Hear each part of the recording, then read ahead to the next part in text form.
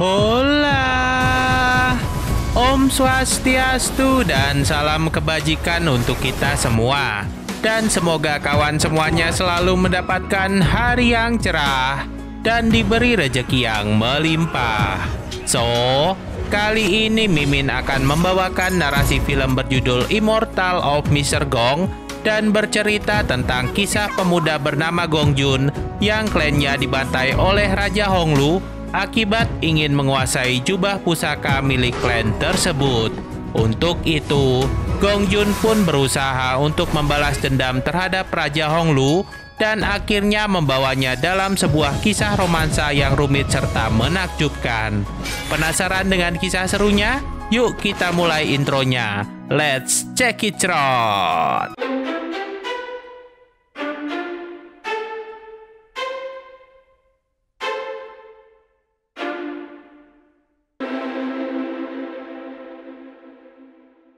Awal scene dimulai dengan beberapa anak kecil klan Gong yang sedang bermain dengan ceria. Namun, pada malam harinya, keceriaan itu berubah menjadi suasana mencekam di saat desa itu diserang oleh Raja Honglu dan pasukannya yang menginginkan jubah hitam klan Gong untuk menguasai kekuatan rahasia yang ada di dalamnya.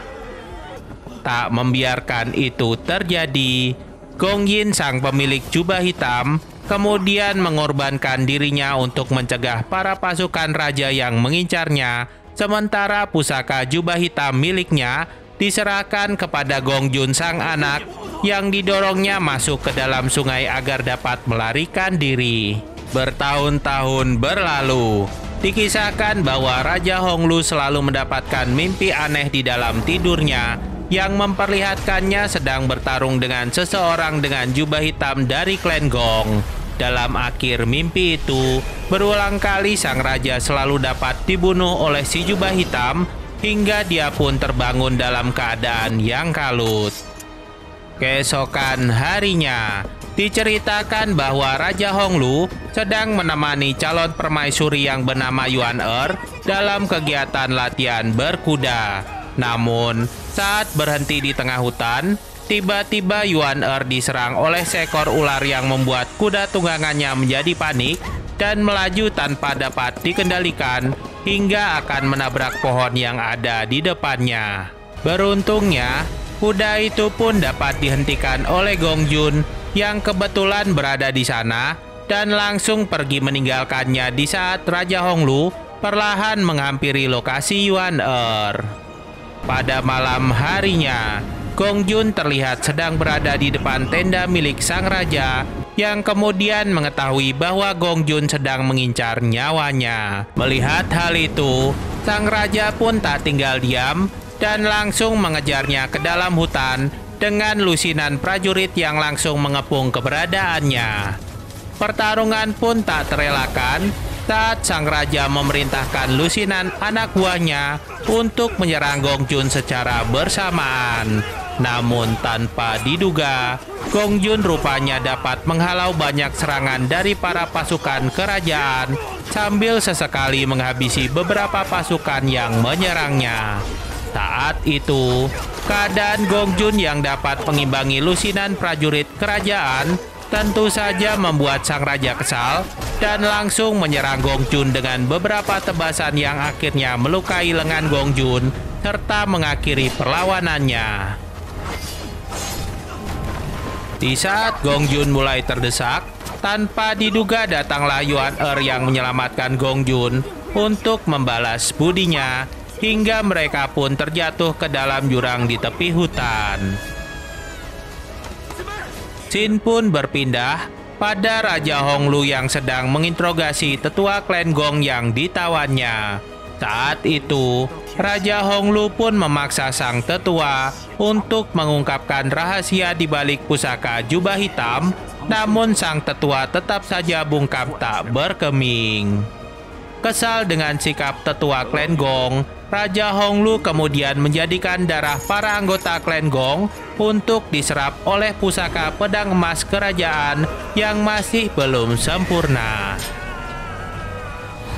Sementara itu, Yuan Er dikisahkan telah siuman dari pingsannya dan menemukan Hong Jun yang terkapar lemah saat menyiapkan ramuan obat untuk lukanya.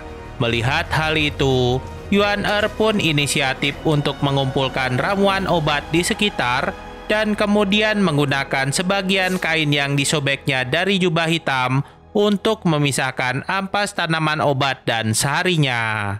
Namun tanpa diduga, sobekan kain yang digunakan oleh Yuan tersebut membuat ramuan obat yang direbusnya menjadi ramuan ajaib dan langsung seketika menyembuhkan beberapa luka tebasan pedang di tubuh Gong Jun. Setelah Gong Jun pulih, Yuan pun bertanya pada Gong Jun mengapa dia sampai mengincar nyawa Raja Honglu. Lalu, Gong Jun pun berkata pada Yuan bahwa dia tidak bisa memaafkan Raja Honglu karena telah membantai keluarga dan seluruh desanya.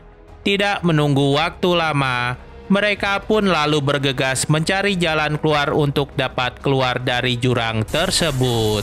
Namun di tengah jalan, perjalanan mereka harus terhalang oleh ratusan ular yang mengejar mereka, sampai akhirnya Gong Jun pun harus melompat ke sebuah akar yang membuat tangannya terluka, dan darah Gong Jun pun secara ajaib membuat mereka terbang keluar dari jurang itu. Di tempat lain, dikisahkan bahwa Raja Honglu telah menerima laporan tentang lokasi keberadaan Yuan dan juga Gong Jun.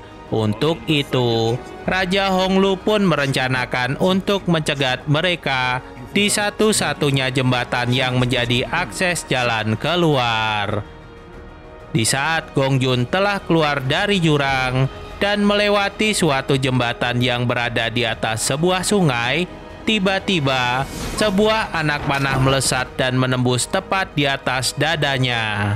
Lalu tanpa diduga, dia pun diserang oleh pasukan Raja Honglu yang telah menunggu mereka di jembatan itu. Kemudian, di saat Raja Honglu ikut masuk ke dalam pertempuran itu, dia pun berhasil merebut pusaka jubah hitam milik Gong Jun dan membuatnya terjatuh ke sungai yang jaraknya sangat tinggi. Scene pun berlanjut pada Yuan yang sedang mengenang momen saat berada di dalam jurang bersama dengan Gong Jun. Dan saat itu, tibalah Raja Honglu yang mencoba meyakinkan Yuan bahwa dialah satu-satunya orang yang bisa membahagiakan Yuan di dunia, dan Hong Jun hanyalah orang yang memperdaya kebaikan darinya. Adegan pun berpindah pada Raja Honglu yang sedang mengetes kesaktian dari jubah hitam yang coba dipakainya, namun tidak mengeluarkan reaksi apa-apa. Hal itu pun membuatnya penasaran dan menanyakannya pada tetua klan Gong yang mengatakan bahwa sampai mati pun dia tidak akan mengatakan rahasia kekuatan jubah hitam itu kepada Raja Honglu yang jahat. Raja Honglu yang kesal kemudian melemparkan jubah hitam itu ke tengah altar dan tanpa sengaja menutupi kepompong batu pedang emas kerajaan. Dan saat itu, darah klan Gong yang selama ini digunakan Raja Honglu untuk memacu kelahiran pedang emas kerajaan bereaksi dengan pusaka jubah hitam dan secara ajaib menyempurnakan kelahiran pedang iblis tersebut. Saat itu juga, pedang emas itu pun dijajal kesaktiannya oleh Raja Honglu dengan menebas semua tahanan klan Gong hingga akhirnya berakhir dengan tusukan ke jantung tetua klan Gong yang seketika mati di tempat. Tidak berhenti sampai di situ, Raja Honglu pun kemudian menjajal kekuatan pedang emas yang didapatkannya dengan melawan puluhan prajurit anak buahnya sendiri. Scene pun berpindah pada Gong Jun yang ternyata masih hidup dan diselamatkan oleh Master Cito sang pertapa sakti dari lembah hijau. Kemudian, saat Gong Jun menyaksikan sendiri kekuatan kungfu Master Cito, dia pun memohon pada Cito untuk mengajarinya dasar kekuatan kungfu milik Cito untuk mengalahkan Raja Honglu yang telah membinasakan keluarganya.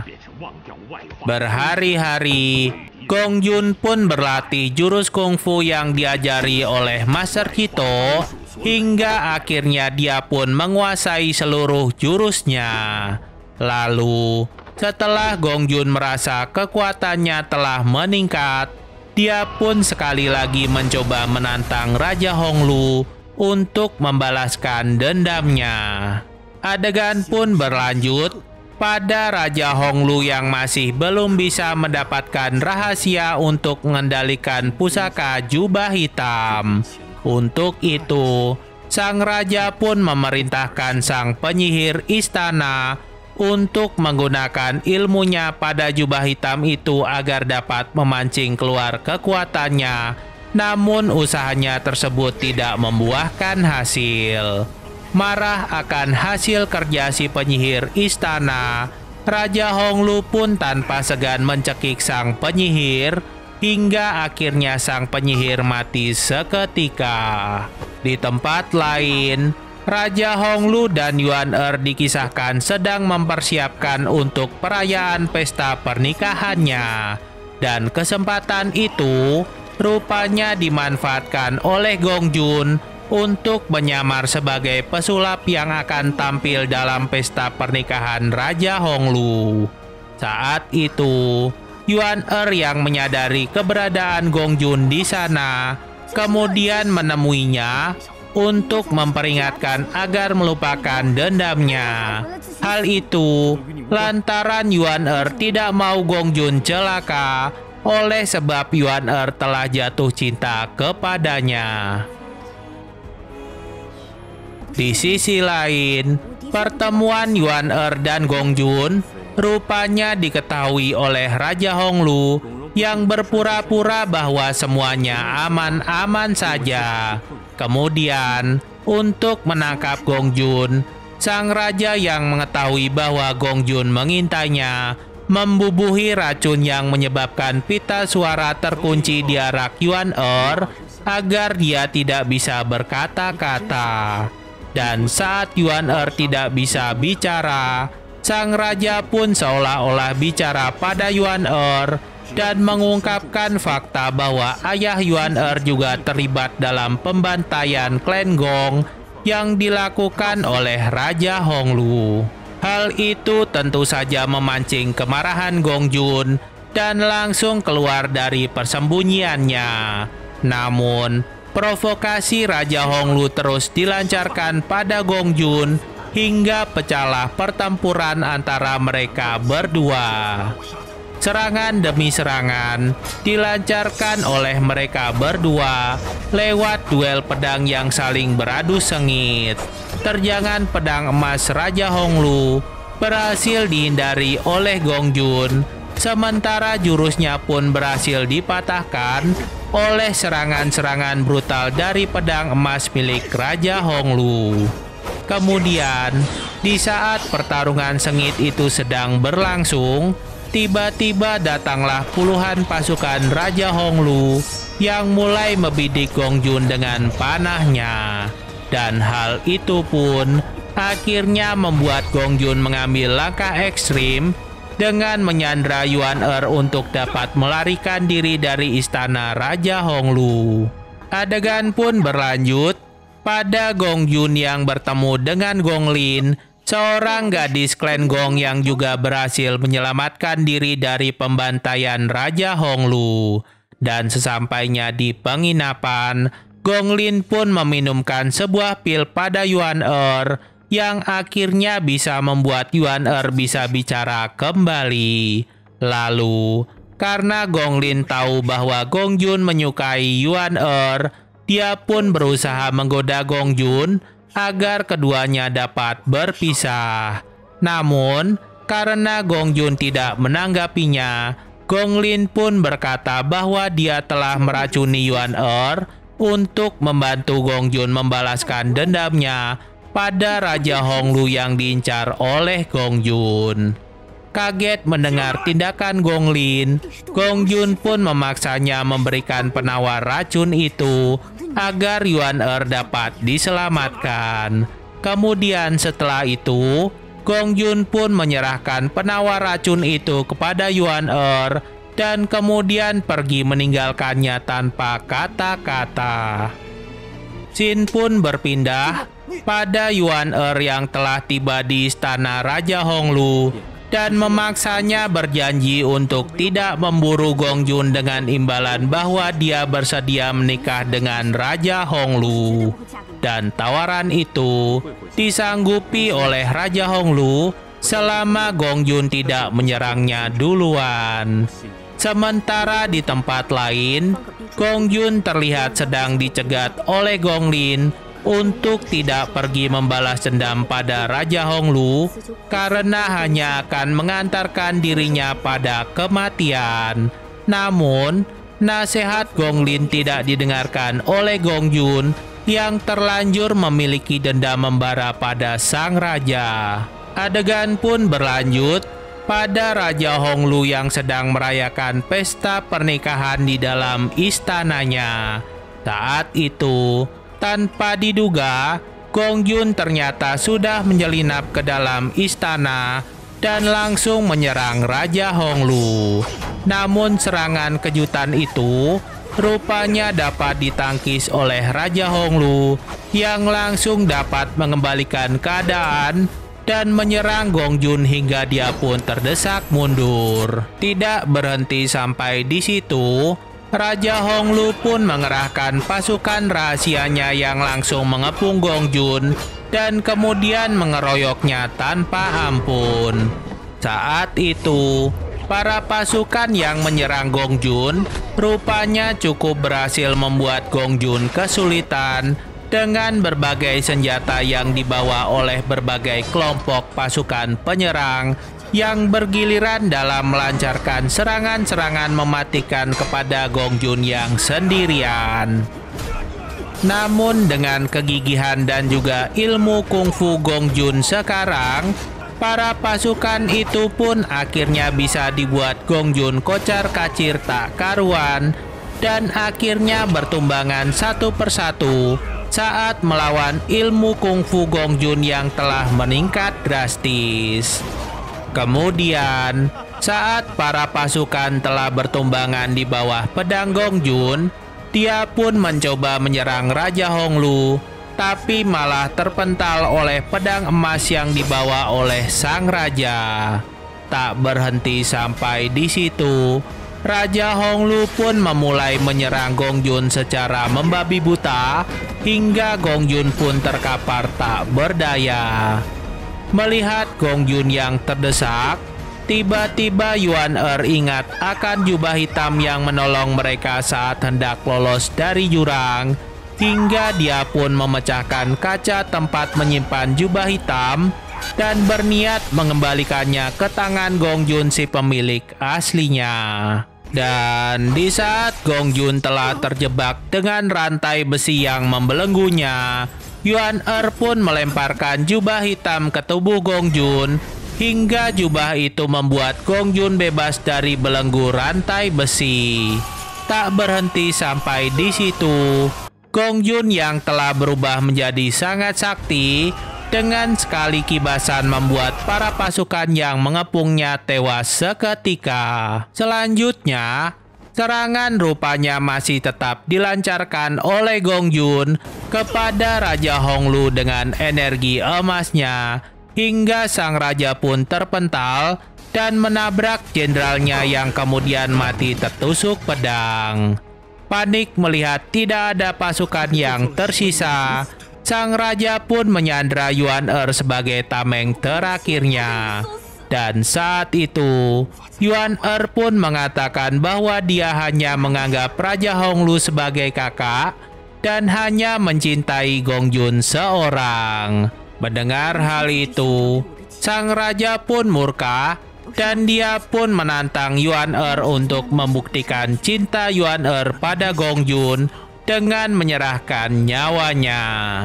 Dan dengan hati teguh, Yuan Er pun menusukkan pedang emas Raja Honglu tepat ke dadanya hingga Yuan Er pun akhirnya sekarat dan langsung mati di tempat. Melihat apa yang dilakukan oleh Yuan Er, Raja Honglu yang semakin kalut melemparkan pedang emasnya pada Gong Jun. Namun, dengan gerakan yang sekejap, pedang itu pun berada di tangan Gong Jun dan ditebaskan ke kepala sang raja hingga ikat rambut raja pun terbelah dua. Saat itu, sang raja pun bertanya, kenapa Gong Jun tidak membunuhnya saja? Dan pertanyaan itu pun dijawab oleh Gong Jun bahwa dendamnya sudah hilang saat melihat ketulusan cinta Yuan Er yang mengorbankan nyawanya untuk menghentikan balas dendamnya. Adegan terakhir memperlihatkan sang raja yang menjadi gila akibat kehilangan Yuan Er yang sangat dicintainya. Sementara Gong Jun sendiri membawa Yuan Er pergi untuk dapat dimakamkan di tempat pertama kali mereka bertemu. Dan film pun Mimin nyatakan berakhir. So, bagaimana tanggapan sobat film tentang narasi barusan? Semoga bisa menghibur hati dan jiwa sobat film ya. Dan sebelum Mimin pamit, jangan lupa buat like, komen, dan subscribe agar Mimin terus semangat untuk upload video terbaru. Akhir kata dari Mimin, Om Swastiastu dan salam kebajikan.